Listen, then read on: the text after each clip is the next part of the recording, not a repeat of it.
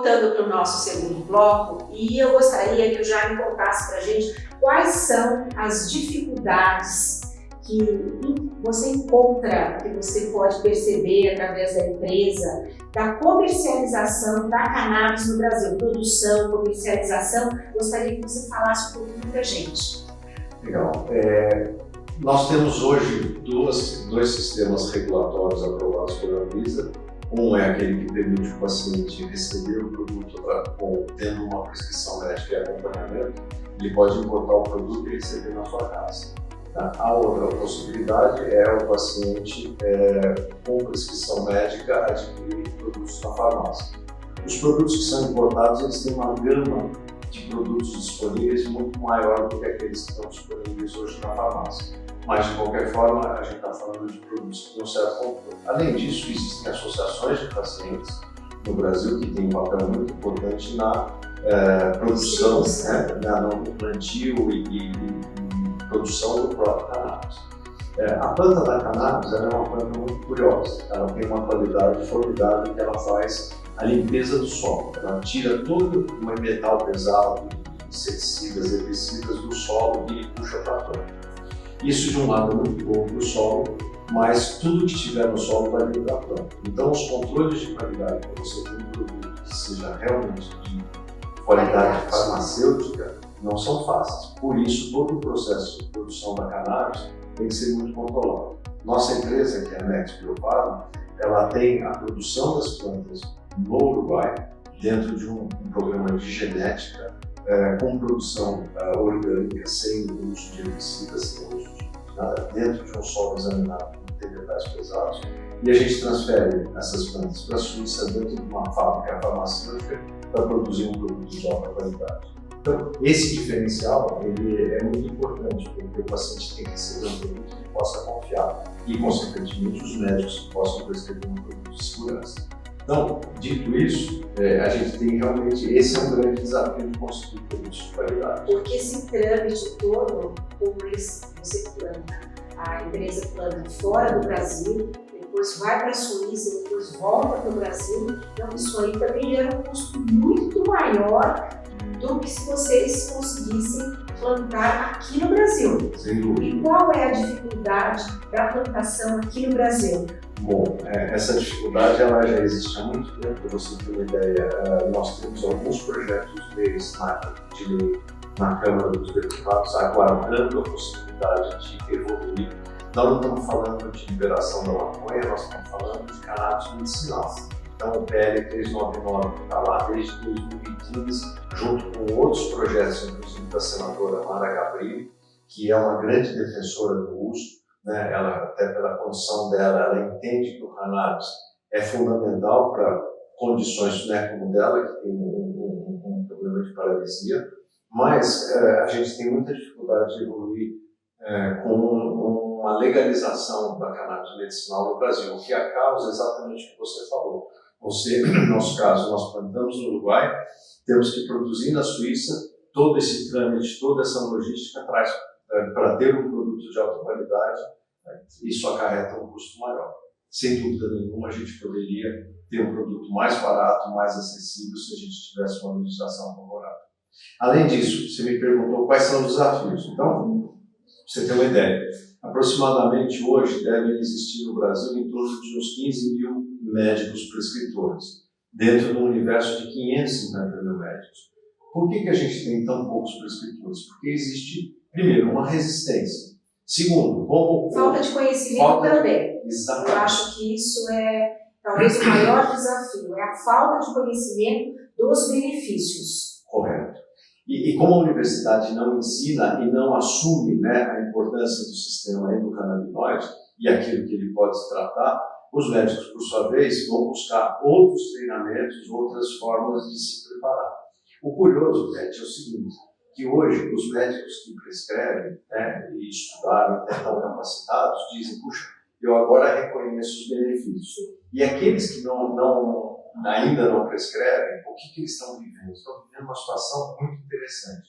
Cannabis medicinal tem sido talvez o único produto ou o único conjunto de produtos na história que eu conheço em que o paciente vai na porta do médico e diz, doutor, o senhor prescreve cannabis? Sim. Não. Ah, então obrigado. O senhor conhece alguém que prescreve? Porque eu vou procurar alguém que prescreve. Então, a demanda está vindo do paciente. O paciente busca e graças a Deus... Você acaba vendo vários depoimentos, né? E a gente está vendo que, assim, mesmo no tratamento convencional, como no caso da oncologia, essa integração com a clínica oncológica, a clínica tradicional, com a cannabis, ela está sendo muito importante. Então, os médicos estão buscando, né? Nós já temos médicos aqui na Unesp que prescrevem, mas são poucos ainda, entendeu? A gente percebe porque a gente tem vários pacientes e não são todos que têm essa habilidade para prescrever. Então, a gente vê que essa integração com o tratamento convencional, ela é muito importante, né? Você não vai deixar, isso que eu acho que a gente precisa deixar claro, não é que você vai deixar o tratamento convencional, tem que ter uma integração clínica com a cannabis. O uso de medicamentos alopáticos, principalmente no paciente oncológico, ele tem um limite. Você sabe, já deve ter acompanhado, pacientes que estão tomando opioides, chega um momento que você não pode aumentar mais a dose porque o paciente começa a ter efeitos terríveis, né? Ele tem uma constipação intestinal que praticamente trava todo o sistema digestivo dele, ele começa a ficar praticamente dopado, porque a quantidade de medicamento, para diminuir a dor, chega no limite que ele vai perdendo até a consciência. Mas por isso que é importante o prescritor estar preparado para prescrever, porque ele vai avaliando até onde esse paciente pode estar tomando. Porque mesmo na quimioterapia, ele tem, por exemplo, que a gente falou da questão intestinal, ele tem também essa dificuldade. Às vezes, 1 ou 2 dias depois da quimioterapia, ele tem esse problema do intestino não funcionar regularmente. Então, assim, eu acho que isso realmente precisa ter essa integração e a pessoa que prescreve, ou o médico que prescreve, ele tem que estar muito, assim, preparado para isso, não é? Sem dúvida. Desde 2007, a Academia Americana de Ciências tem publicado trabalhos e existe uma meta-análise mostrando exatamente isso que você está falando, que o médico ele tem a opção, com o uso da cannabis, principalmente com teores de THC mais elevados, ele fazer a redução de medicamentos, por exemplo, da classe dos opioides, que ele consegue ao mesmo tempo melhorar a qualidade de vida do paciente e reduzir a dosagem desses medicamentos, às vezes até eliminar esse medicamento especificamente, que vai trazer uma melhora na qualidade de vida muito sensível do paciente. E quais são, assim, os objetivos que vocês têm futuros? Como é essa previsão da empresa com relação a esse aumento do uso da cannabis e dos benefícios que ela está trazendo, assim, para vários tipos de patologia? Como que a empresa vê essa evolução toda, inclusive aqui no Brasil? Então, nós temos hoje um projeto que é acompanhar os pacientes, à medida que a gente está tendo pacientes que eles retornam ao tratamento, por ser, na maioria dos casos, tratamento de uso contínuo. Então, a gente acompanha esses pacientes. Então, essa modalidade de importação direta da Suíça para o paciente nos permite acompanhar a evolução do tratamento do paciente junto com o médico e a gente consegue analisar como é que está sendo o desfecho desse tratamento. Além disso, nós temos por objetivo, vamos dizer, desenvolver produtos que hoje já existam em estudos, como, por exemplo, a insônia. Né? Nós sabemos que existem alguns canabinoides, como o CBN e o próprio CBG, que são outros canabinoides além do CBD, que eles trazem efeitos muito positivos, por exemplo, na melhora da insônia. Então, estamos trazendo e desenvolvendo produtos com essa característica e o nosso objetivo no futuro é ter estudos clínicos que nos permitam registro de medicamentos e sempre nós estamos com o olho na legislação na expectativa de que isso evolua para que a gente possa, de fato, ter plantio no Brasil. Nós temos todo o know-how quanto ao plantio, quanto à genética das plantas, e que a gente possa desenvolver produtos aqui em indústrias que têm total capacidade, que estejam de acordo com a regulamentação da lei. E isso está difícil de acontecer aqui no Brasil?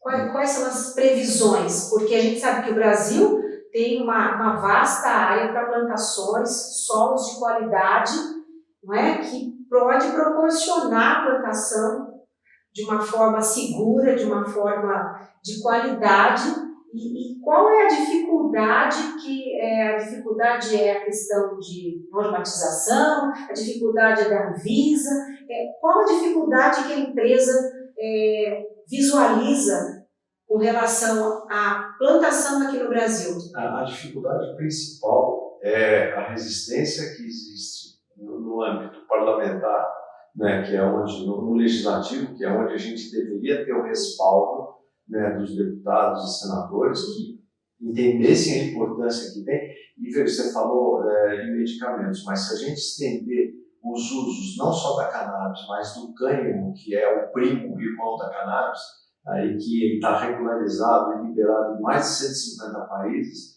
no Brasil também ele é proibido. O cânhamo ele tem usos não somente medicinal, mas ele tem uso industrial, ele tem uso na área cosmética, ele tem uso na área veterinária. Esse é um outro mercado enorme que nós poderíamos estar atendendo.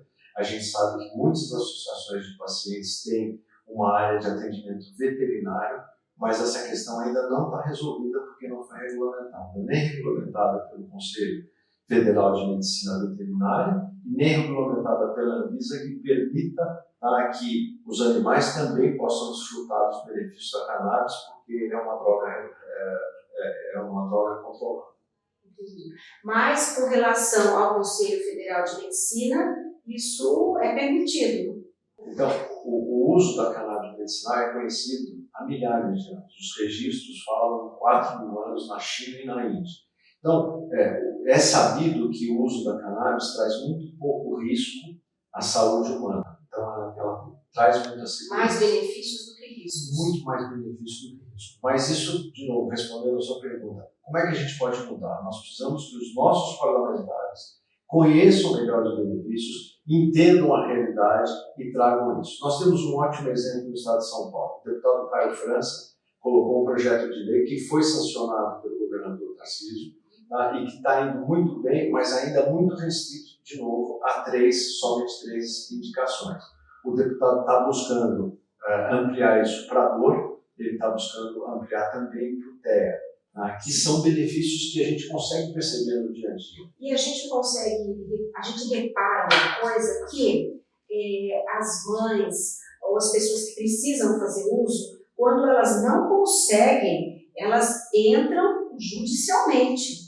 Porque elas conseguem, o médico consegue relatar, né, através do diagnóstico, através dos sintomas da criança ou do adulto, que esse medicamento vai ser bom para a criança. E aí o convênio, ou o SUS, ou o alto custo, eles acabam liberando.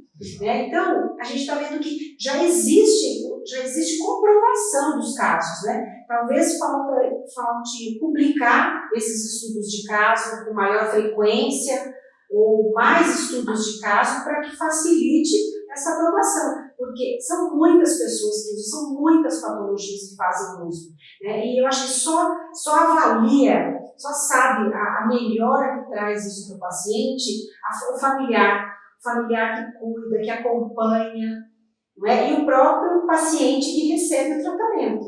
Então, eu acho que talvez, quando houver mais estudos de caso, que já existem, né? Na verdade, existem esses estudos de caso. Então, é comprovado, né?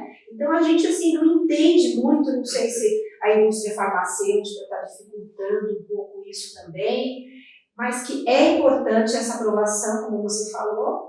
A gente precisa disso aqui no Brasil, não é? Sem dúvida. E toda vez que a família tem que recorrer à judicialização, é um problema, né? Um problema para a família, porque tem um custo, é uma dificuldade, nem sempre ela consegue sucesso nisso, mas também é um problema para o orçamento da saúde do país, do Estado e do município.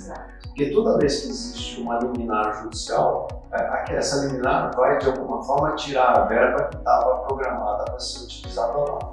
E muitas vezes o critério da judicialização, o juiz não tem totais informações sobre o processo, os custos nem sempre são os custos adequados, então às vezes a judicialização implica custos maiores, que de alguma forma vão sequestrar essa verba do sistema de saúde. Então, o melhor seria, como você colocou, que os parlamentares se sensibilizassem, criassem uma legislação correta. O Brasil está se destacando né, até por razão da Anvisa ter estabelecido um alto padrão de qualidade e de segurança dos medicamentos de cannabis que podem ir para a farmácia. Então o Brasil começa já a se destacar até no contexto mundial como sendo um país que tem critérios para o uso de cannabis. O que a gente precisa agora é fazer com que toda a cadeia da cannabis possa ser apropriada no país, desde o estudo da genética da planta, do plantio, da extração e da produção de medicamentos. E da prescrição. Prescrição. Preparar os profissionais para isso. Eu espero que as universidades de medicina acordem para essa realidade do sistema canabinoide, algo realmente importante, tão importante quanto outros sistemas que a gente tem funcionando no nosso corpo, né? E que ele seja tratado como tal, para que esses médicos tenham informação e estejam preparados também para outras. Jaime, chegamos ao final do nosso bate-papo. Eu gostaria de agradecer muito por tantas informações e eu também desejo que isso evolua cada vez mais e que traga benefício para as pessoas que precisam, né, fazer uso da cannabis medicinal. Beth, eu é que agradeço, foi um prazer falar para você e para a sua audiência. Eu espero contribuir para que as pessoas tenham um melhor entendimento, que os pacientes possam se beneficiar e que numa próxima ocasião a gente possa já ter uma evolução para contar notícias positivas para esse nosso público. Excelente. Pessoal, gostaria de agradecer mais uma vez o Café Mercearia, esse lugar super agradável, que tem coisas gostosas que vale a pena você conhecer. E até a próxima. Obrigada!